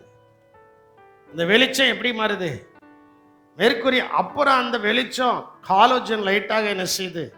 மாறுது, உயர்ந்து கொண்டே இருக்கிறது. அதே போல நமக்குள்ள இருக்கிற பிரகாசம் பிறருக்கு முன்பு என்ன செய்ய வேண்டும்? பிரகாசிக்க வேண்டும். நமக்குள்ள இருக்கிறதான வெளிச்சம். அதனால தான் நான் உங்கள்கிட்ட அடிக்கடி சொல்வேன், உங்களுடைய கஷ்டத்தை பத்தி பிறரிடத்துல சொல்லாதீங்க. உங்க கஷ்டத்தை குறித்து நீங்க பிறரிடத்துல சொன்னா உங்களை கவிழ்த்துருவாங்க. அதுக்கு பதிலாக இயேசு உங்களுக்கு செய்த நன்மைகளை சொன்னால் அவர்கள் உங்கள் மூலமாய் ஆசீர்வதிக்கப்படுவார்கள். அல்லேலூயா. இயேசு உங்களுக்கு செய்ததான காரியத்தை சொல். கஷ்டம் இருக்கதாங்க செய்து. யாருக்கு கஷ்டம் இல்லை? கஷ்டங்கள் எல்லாருக்கும் இருக்கு. ஆனா அந்த கஷ்டம் நம்மை கீழே தள்ளுவது இல்லை. நம்முடைய வெளிச்சம் அந்த கஷ்டத்தை கீழே தள்ளுகிறது. நம்முடைய வெளிச்சம் நல்ல மேலே கொண்டு வருகிறது. ஆகையினால் வெளிச்சம் பிறர் முன்பாக பிரகாசிக்க வேண்டும், தேவனை மகிமைப்படுத்தி. 3வது, அந்த வெளிச்சம் உள்ளே வருபவர்கள் வெளிச்சத்தை என்ன செய்யணும்? காணணும். வீட்டுக்குள்ள வந்தா என்ன வீடு இருளடைஞ்சு போயிருக்க, சிலர் கேட்காங்களா வீடு எப்படி இருக்கு அப்படி நம்மளை பார்த்து ஒருத்தரும் கேட்டுறக்கூடாது. இயேசு நமக்குள்ள வந்ததுனால நம்முடைய வீடு எப்படி இருக்கணும்? பிரகாசமா. வசனம் இருக்குதுங்க, லூக்கா 11ஆம் அதிகாரம் 33வது வசனத்தை வாசிக்கும் போது அங்கே சொல்லப்பட்டிருக்கிறது. லூக்கா 11:33, ஒருவனும் விளக்கை கொளுத்தி மரத்தின் கீழாவது மரக்காலில் கீழேயாவது வைக்காமல் உள்ளே வருகிறவர்கள். விளக்கு தூண் எதற்கு? குத்து விளக்கு எதற்கு? உள்ளே வருகிறவர்கள் எதை காணணும்? உள்ளே வருகிறவர்கள் எதை காணணும்? வெளிச்சத்தை காணும். நம்ம வீட்டுக்குள்ள ஒருத்தவங்க வராங்கன்னா நம்மளை பார்த்து பரிதாபப்படக்கூடாது, நம்மளை பார்த்து ஆசீர்வதிக்கப்படணும். நம்மளை பார்த்து என்ன செய்யணும்? ஆசீர்வதிக்கப்படணும். அதுக்கு செய்யக்கூடியது என்ன? அந்த குத்து விளக்கு எப்பொழுதும் என்ன செய்யணும்? எரிந்து கொண்டே இருக்கும். எரிந்தாதான் என்னது வரும்? வெளிச்சம் வரும். உள்ளே வருதாங்க. யாரா இருந்தாலும் சரி, பணக்காரங்க இருக்கட்டும், ஏழையா இருக்கட்டும், யாரா இருக்கட்டும், அவர்கள் பேதைகளா இருந்தாலும் திசை கட்டு போவதில்லை. அந்த பேதைகளா இருக்கட்டும், அவங்களுடைய வீட்டுக்கு நாம் போகும்போது அந்த வீடு பிரகாசமா இருக்கும். கையில ஒண்ணு இருக்காது, பணம் இருக்காது, பொருள் இருக்காது, ஆனா வீடு எப்படி இருக்கு? காரணம் என்னவென்றால் அண்டா சராசரத்தையும் படைத்த ரட்சகர் அந்த வீட்டுக்குள்ள இருக்கிறார். அல்லேலூயா. அண்டா சராசரத்தையும் படைத்த இயேசு அந்த வீட்டுக்குள்ள இருக்கும்போது ஒரு குறைவும் வராது. எல்லாம் நிறைவாய்தான் இருக்கும். 1 கொரிந்தியர் 10ஆம் அதிகாரம் 10வது வசனத்தை நீங்கள் வாசிக்கும் போது அங்கே சொல்லப்பட்டிருக்கிறது, நிறைவானது வரும்போது குறைவானது என்ன செய்யுமா? அப்போ நம்ம வீட்டுக்குள்ள இருக்கிற எல்லா குறைகள், ஆசீர்வாத குறைவு, அந்த குறைவு, இந்த குறைவு எல்லாம் ஒழிந்து போக வேண்டும் என்றால் நம்முடைய வீட்டுக்குள்ள கிறிஸ்துவாகிய வெளிச்சம் நம்ம வீட்டில் இருக்கும்னா எல்லா குறைவுகளும் மாறும். அல்லேலூயா. எல்லா குறைவுகளும் என்ன செய்யும்? அதான் விளக்கு, குத்து விளக்கு எப்பொழுது எரிஞ்சுக்கிட்டே இருக்கும்.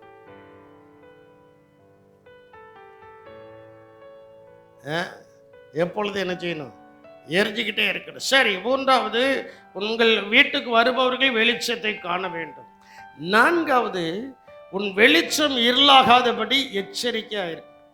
35வது வசனத்தில் அதே அதிகாரம் லூக்கா 11:35 சொல்லப்பட்டிருக்கிறது, நம்முடைய வெளிச்சம் இருளாகாதபடிக்கு எச்சரிக்கையா இருக்கும். உங்களில் உள்ள வெளிச்சம் இருளாகாதபடிக்கு எச்சரிக்கையா இரு. அப்போ வெளிச்சம் இருளாகணும்னா காரணம் என்ன? ஒண்ணு, அதை சுத்திகரிச்சிருக்க மாட்டோம், அந்த திரிய தூண்டி விட்டுருக்க மாட்டோம். அந்த சிம்லி லைட்ல இந்த சைட்ல ஒண்ணு இருக்கும், அதை லேசா என்ன செய்யணும்? திருக்குன்னா அந்த திரி மேல வந்துடும், பிரகாசமா என்ன செய்யும்? ஏரியும். அறிக்கை லைட் இருந்துச்சு, அதுலேயும் ஒரு சின்ன திருக்கு இருக்கும், அதை என்ன செய்யணும்? திருக்குன்னா லைட்டு என்ன செய்யும்? பிரகாசிக்கும் போது அந்த சிம்லிலையும் அந்த அறிக்கை லைட்லையும் ஒரு கண்ணாடி இருக்கும். அந்த கண்ணாடி வேகமாக பிரகாசிக்கும் போது கருப்பாயிரும். என்ன பாஸ்டர் இதெல்லாம் உங்களுக்கு? நாங்கள் அந்த அனுபவத்திலேருந்து வந்தவங்க தானே.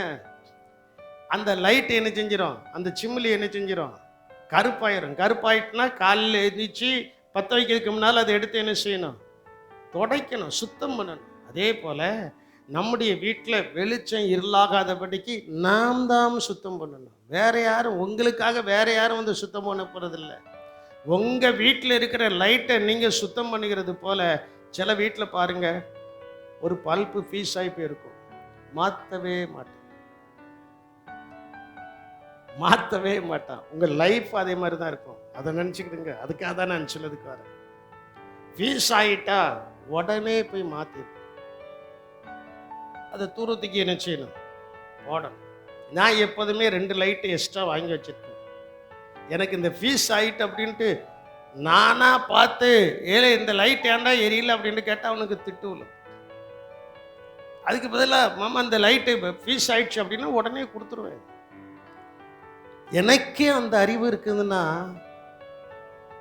ஃபீஸ் ஆயிடுச்சு அப்படின்னா, கருப்பு அடைஞ்சிச்சு அப்படின்னா, அந்நாட்களில் அந்த 25 வாட்ஸ் பல்பில் அந்த மின் இலை இருக்கும், அது ஒன்று விட்டுருக்கோம், அதை குளிக்க ஆட்டி அதை என்ன செஞ்சிடும்?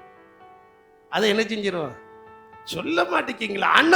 அனுபவமா நான் சில காரியத்தை சொல்லுதேன். அதே போல நமக்குள்ள ஒரு இருள் ஒரு நிமிஷத்துல அந்த மின்னியலை வந்து லேச விட்டுட்டுன்னா பரிசுத்த ஆவினால நிரம்பி உடம்பு 2 குலுக்குதும்ல, அது ஒன்னா இணைஞ்சிடும். அது ஒன்னா என்ன செஞ்சிடும்? இணைஞ்சிடும். அதனால உங்க வீட்டுல வருதவங்க வெளிச்சத்தை காணும். உன் வெளிச்சம் இருளாகாதபடி, நம்முடைய குடும்பத்தினுடைய வருமானம் சேதமடையாதபடி, நாம் கடனுக்கு மேல கடனை வாங்காதபடி, கடன் ஒரு இருள், இவைகள் எல்லாம் நம்முடைய வாழ்க்கையில வராமல் இருக்கணும். அப்படின்னா ஒன்றே ஒன்று, வெளிச்சமாகிய இயேசு நம்முடைய உள்ளத்துல, நம்முடைய வீட்டில் அவர் பிரகாசமா இருக்க வேண்டும். அல்லேலூயா. சில நேரத்தில் கேட்குறது தெரியுமா, இன்னைக்கு இவங்க முகமே சரியில்லையா? ஏன் கேட்குறோம்? முகம் கொஞ்சம் இருள் அடைஞ்சிச்சு, ஏதோ நடந்திருக்கு. அப்போ அகத்துல உள்ள அழகு முகத்துல என்ன செய்யுது? தெரியுது. அதனால உன் வெளிச்சம் இருளாகாதபடிக்கு எச்சரிக்கையா என்ன செய்யுது?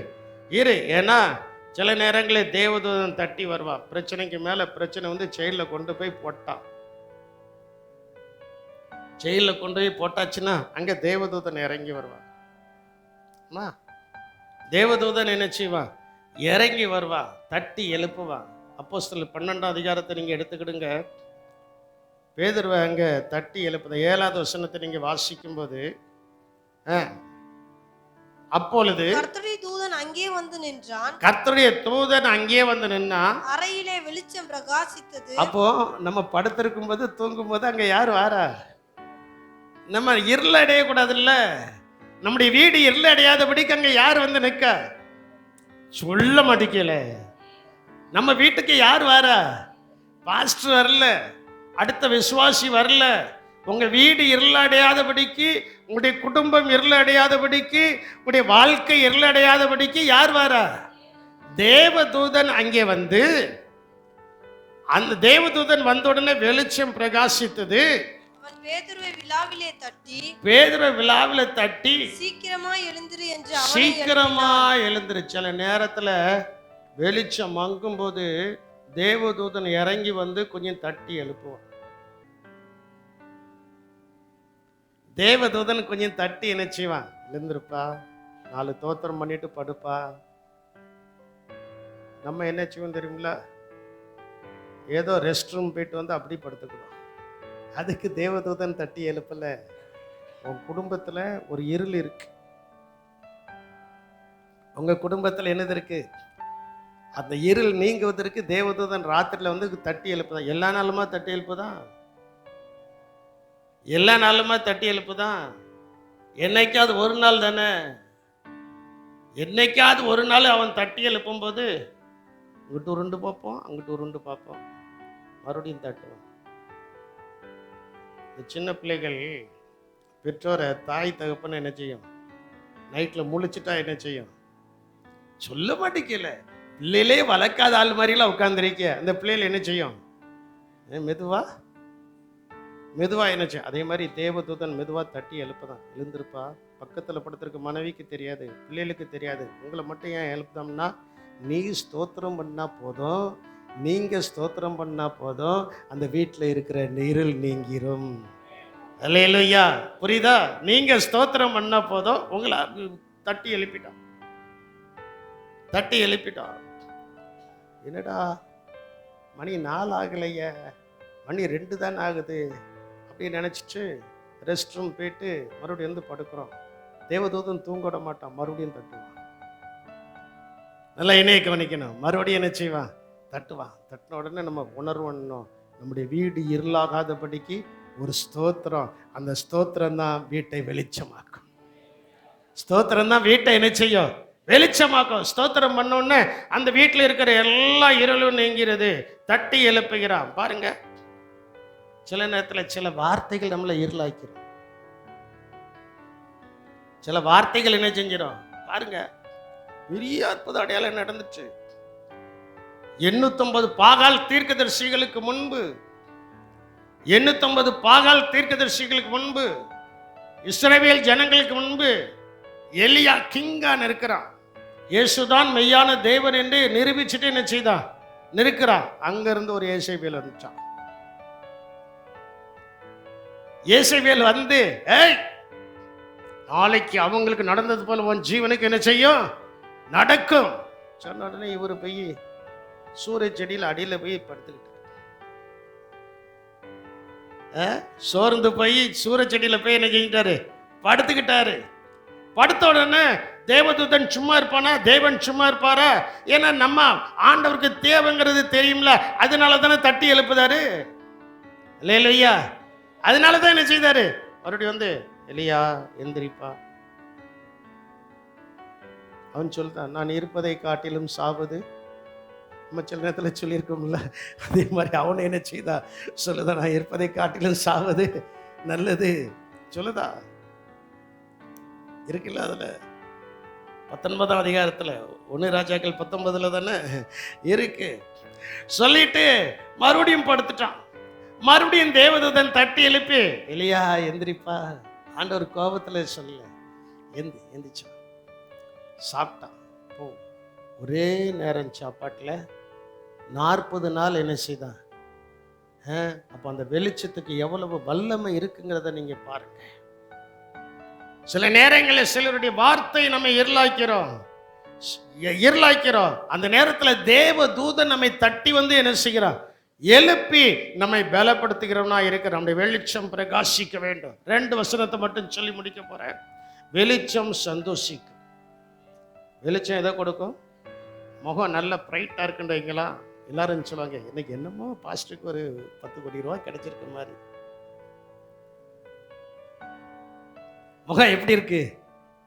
உங்களை பார்த்து சொல்லியிருக்காங்களா சொல்லலையா? சொல்லுங்களா, உள்ளதை சொல்லுங்க. உங்களை பார்த்து இன்னைக்கு என்னப்பா முகம் ரொம்ப பிரைட்டா இருக்க, காரணம் என்ன? அங்க ஒன்றும் நடந்திருக்காது. ஏசுநாதர் உள்ளத்துல வந்து அந்த பிரைட்னஸ் என்ன செஞ்சிருக்காரு, கொடுத்திருக்கிறார். இல்லையா? வெளிச்சம் சந்தோஷத்தை கொடுக்கும். வாசிங்க நீதிமொழிகள் 13ஆம் அதிகாரம் 9வது வசனம். நீதிமொழிகள் 13:9. நீதிமான்களின் வெளிச்சம் சந்தோஷிப்பிக்கும். நீதிமான்களின் வெளிச்சம் என்ன செய்யும்? அந்த வெளிச்சம் என்ன செய்யறது? சந்தோஷத்தை. என்னமோ ஒரு 10 கோடி ரூபாய் கிடைச்ச மாதிரி. டிவியில் அடிக்கடி 10 கோடி ரூபாய் பண்ணா 10 லட்சம், அந்த மோசடி இந்த மோசடின்னு சொல்லும்போது நாங்கள் பேசுவோம், 1 லட்சத்தை பார்க்க முடியல, லட்சத்தை என்ன செய்ய முடியல, பார்க்க முடியல. ஆனாலும் இருதயத்தில் கர்த்தர் ஒரு சந்தோஷத்தை கொடுத்திருக்கிறார். அல்லேலூயா. இந்த வெளிச்சம் தான் நமக்கு சுக வாழ்வை கொடுக்கிறது. குத்து விளக்குன்னா சும்மா இல்லை, அது எரிந்து கொண்டு இருக்க வேண்டும் என்றால் சும்மா இல்லை, அது சுத்தமாக இருக்குன்னா சும்மா இல்லை, அது நமக்கு சுக வாழ்வை கொடுக்கிறது. ஏசாயா 58ஆம் அதிகாரம் 8வது வசனத்தை நீங்கள் வாசிக்கும் போது அங்கே சொல்லப்பட்டிருக்கிறது, அப்பொழுது விடியற்கால வெளுப்பை போல உன் வெளிச்சம் எழும்பி உன் சுகவாழ்வு சீக்கிரம். உன் வெளிச்சம் எப்படி எழும்புமா? விடியற்கால வெளுப்பை போல உன் வெளிச்சம் எழும்பி உன் சுகவாழ்வு சீக்கிரத்தில் துளிர்த்து, உன் சுகவாழ்வு சீக்கிரத்தில் துளிர்த்து, உன் நீதி உனக்கு முன்னாலே செல்லும், உன் நீதி உனக்கு முன்னாலே செல்லும், கர்த்தருடைய மகிமை உன்னாலே உனக்கு பின்னாலே என்ன செய்யும். அப்போ பாருங்க, இந்த வெளிச்சம் நமக்குள்ள எப்பொழுதும் பிரகாசமா இருந்தால் முன்னும் பின்னும் நமக்கு பாதுகாப்பு இருக்கு. சுகவாழ்வு மட்டுமல்ல, நமக்கு என்னது இருக்கு? பாதுகாப்பு இருக்கு. எல்லாரும் எழும்பி நிற்போமா? வெளிச்சத்தை குறித்து, குத்து விளக்க குறித்து இவ்வளவு வசனத்தை கேட்டாச்சு. ஆனா இப்போ உங்க வீட்டில் இருக்கிற இருளுக்கு கீழே வர்றதான சப்டிவிஷன்ஸ் நிறைய இருக்கு. அந்த இருளுக்குள்ளே கீழே வருகிறதான கஷ்டங்கள், துன்பங்கள், துயரங்கள், சோதனைகள், உபத்திரவங்கள் எல்லாமே இப்படிலாம் நிறைய இருக்கு. ஆனா ஒரே ஒரு வார்த்தை, அந்த இருள் நீக்கப்பட்டு நானும் என் குடும்பமும் என் பிள்ளைகளும் கர்த்தர் எனக்கு தந்த சகலமும் பிரகாசம் அடைய வேண்டும், இருள் அடையாதபடி எச்சரிக்கையா இருந்து சொல்லியிருக்கார்ல. அடைவதற்கு காரணம், இருள் அடைவதற்கு காரணம் ஏதோ ஒரு வகையில் அந்த மின் இலையில ஒரு சின்ன கேப் விழுந்துச்சு. அந்த வெளிச்சத்தில் சின்ன கேப் விழுந்துச்சு. அப்புறம் ஆட்டி அதை தொட வச்சு மறுபடியும் மாட்டினோன்னே வெளிச்சத்தை கொடுத்துட்டு அதே போல இயேசுவுக்கும் நமக்கும் ஒரு சின்ன கேப் இருந்தா நம்முடைய குடும்பம் பிரகாசம் அடையாதபடி இருளா இருக்கிறது. இப்போ நம்ம அதை சிந்திக்கணும், தியானிக்கணும். ஆண்டவரே, நான் என் வீட்டுக்கு வரதவங்களுக்கு வெளிச்சமா இருக்கிறேனா? பிறர் என்னை பார்த்து வெளிச்சம் அடைகிறார்களா? என் வீட்டில் வரதவங்களுக்கு நான் வெளிச்சமா இருக்கிறேனா? நான் இருள் அடையாதபடி நான் எச்சரிக்கையாய் வாழுகிறேனா? தேவ தூதனினை தட்டி எழுப்பட்டும். என்னுடைய வீட்டில் உடைய வெளிச்சம் பிரகாசிக்கட்டும். என்னுடைய வீடு என்று சொல்லும்போது அது 4 புறம் உள்ளதான சுவர்கள் அல்ல.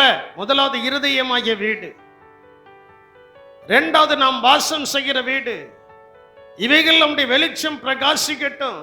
பிரகாசித்து தேவதூதனை தட்டி எழுப்பி இருள் நீக்கப்பட்டு அந்த இருளுக்குள்ள இருக்கிற சகல காரியங்களும், நீங்க எதெல்லாம் இருளா நினைக்கிறீங்களோ அந்த இருளான சகல காரியத்தையும் கர்த்தர் உங்களை விட்டு நீக்கும்படியாக தான் அவரே நமக்கு வெளிச்சமா இருக்கிறார்.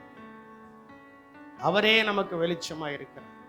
அந்த வெளிச்சம் எனக்குள்ள பிரகாசிக்க வேண்டும். என் குடும்பத்துல என்னுடைய வாழ்க்கையில் காணப்படுகிற இருளான சூழ்நிலைமை நீக்கப்பட வேண்டும். அந்த குத்து விளக்கு பிரகாரத்தில் இருந்தது போல நானும் தேவனுடைய ஆலயத்தில் பிரகாரத்தில் தான் இருக்கிறேன், பரிசுத்த ஸ்தலத்தில் தான் இருக்கிறேன். அந்த குத்து விளக்கு தேவனுடைய பரிசுத்த ஸ்தலத்தில் இருந்தது போல நானும் தேவனுடைய பரிசுத்த ஸ்தலத்தில் இருக்கிறேன். ஆகினால் என் வெளிச்சம் இருளாகாதபடி வசனத்தில் நான் எப்பொழுதும் சூடாக இருந்து அந்த வசனத்தை நான் புசிக்க புசிக்க புசிக்க நானும் என் குடும்பமும் பிரகாசம் அடைந்து நாங்கள் எல்லாவற்றிலும் வாழ்ந்து சுகித்திருக்க கர்த்தர் எங்களுக்கு இரக்கம் பாராட்டணும் அப்படின்னு சொல்றவங்க மட்டும் 2 கரங்களை உயர்த்தி ஜெபியுங்கள். 2 கரங்களை உயர்த்தி கர்த்தரை ஸ்தோத்திரம் பண்ணுங்க. பண்ணும்போது என்ன நடக்கும்னா, உங்களுடைய உள்ளத்தை கர்த்தர் பார்க்கிறார். உங்களுடைய உள்ளத்தை கர்த்தர் பார்க்கிறார். உள்ளத்தை கர்த்தர் பார்க்கிறார். உள்ளத்தை கர்த்தர் பார்க்கிறார். உள்ளத்தை கர்த்தர் பார்த்து உங்களை தொடுதாரு. உங்களை தொடுதாரு. உங்களை தொடுதாரு. உங்களை தொடுதாரு. உங்களை தொட்டு நல்லா என்னை கவனிக்கணும். உங்களை தொட்டு நீங்கள் பிரகாசம் அடையும்படி, நீங்கள் பிரகாசம் அடையும் உங்களை மலையின் மேல கொண்டு போய் வச்சு நீங்கள் மறைவாய் இருக்காதபடிக்கு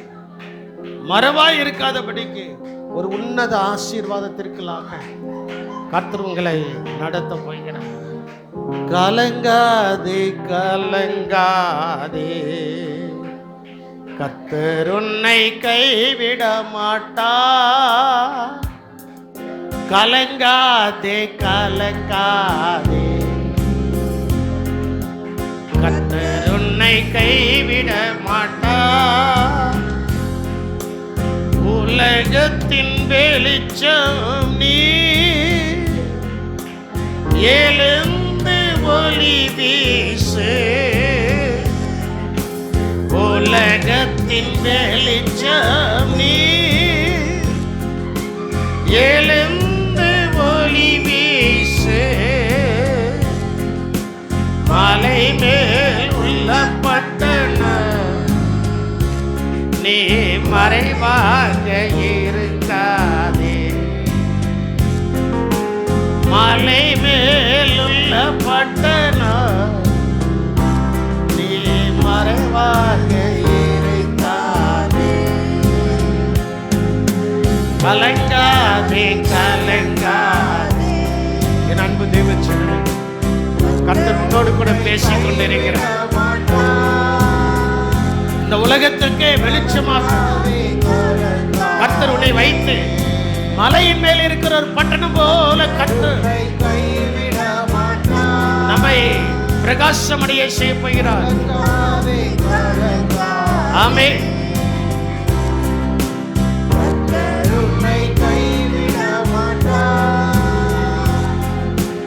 உலகத்தின் வெளிச்சம் நீ, எழுந்து ஒளி வீசு. உலகத்தின் வெளிச்சம் நான்,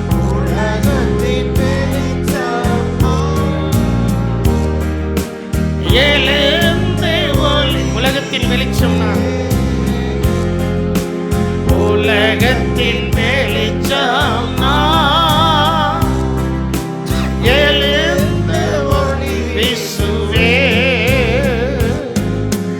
உலகத்தின் வெளிச்சம் நான், எழுந்து ஒளி வீசுவே. மலை மேல் உள்ள பட்டணம் நான் மறைவாக இருக்க மாட்டேன். மலை மேல் உள்ள பட்டணம் நான் மறைவாக இருக்க மாட்டேன்.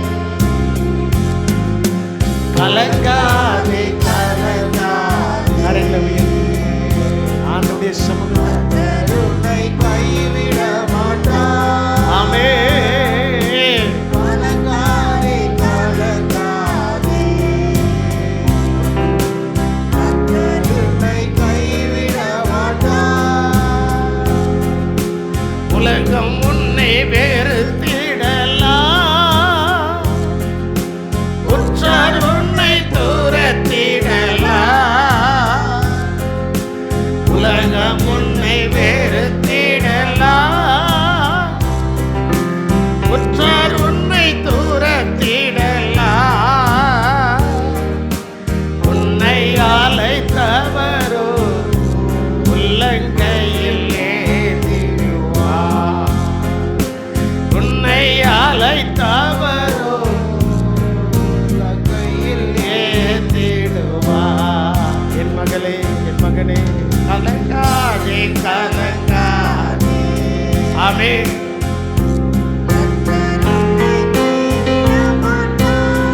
Never forsaken you. கலங்காதே கலங்காதே. ஆமென். கைவிட மாட்டார். ஒரு விஷயம் மட்டும் எல்லாரும் ரெண்டு கரங்களை உயர்த்தி, உலகத்தின் வெளிச்சம் நீ, எழுந்து ஒளி வீசு. உலகத்தின் வெளிச்சம் நீ, எழுந்து ஒளி வீசு. மலை மேல் உள்ள பட்டணம் நீ மறைவாக இருக்காதே. மலை மேல் உள்ள பட்டணம் நீ மறைவாக இருக்காதே. கலங்காதே கலங்காதே, கர்த்தர் உன்னை கைவிட மாட்டார். கலங்காதே கலங்காதே, இயேசு உன்னை கைவிட மாட்டார். கரங்களை உயர்த்தினவர், கரங்களை உயர்த்தி ஜெபிங்கள். உங்களுக்காக நான் ஜெபிக்க போகிறேன். தேவனாகிய கர்த்தர் ஜெபத்தை கேட்டு இருள் அடையாதபடி எச்சரிக்கையாக இருக்கிறது. என்னென்ன சூழ்நிலைகளில் இருளில் வந்ததோ அந்த இருள்கள் எல்லாம் இயேசுவின் நாமத்தினால நம்மை விட்டு நீங்க போகிறது. கிருபை உள்ள தேவனே மே துதிக்கிறோம்.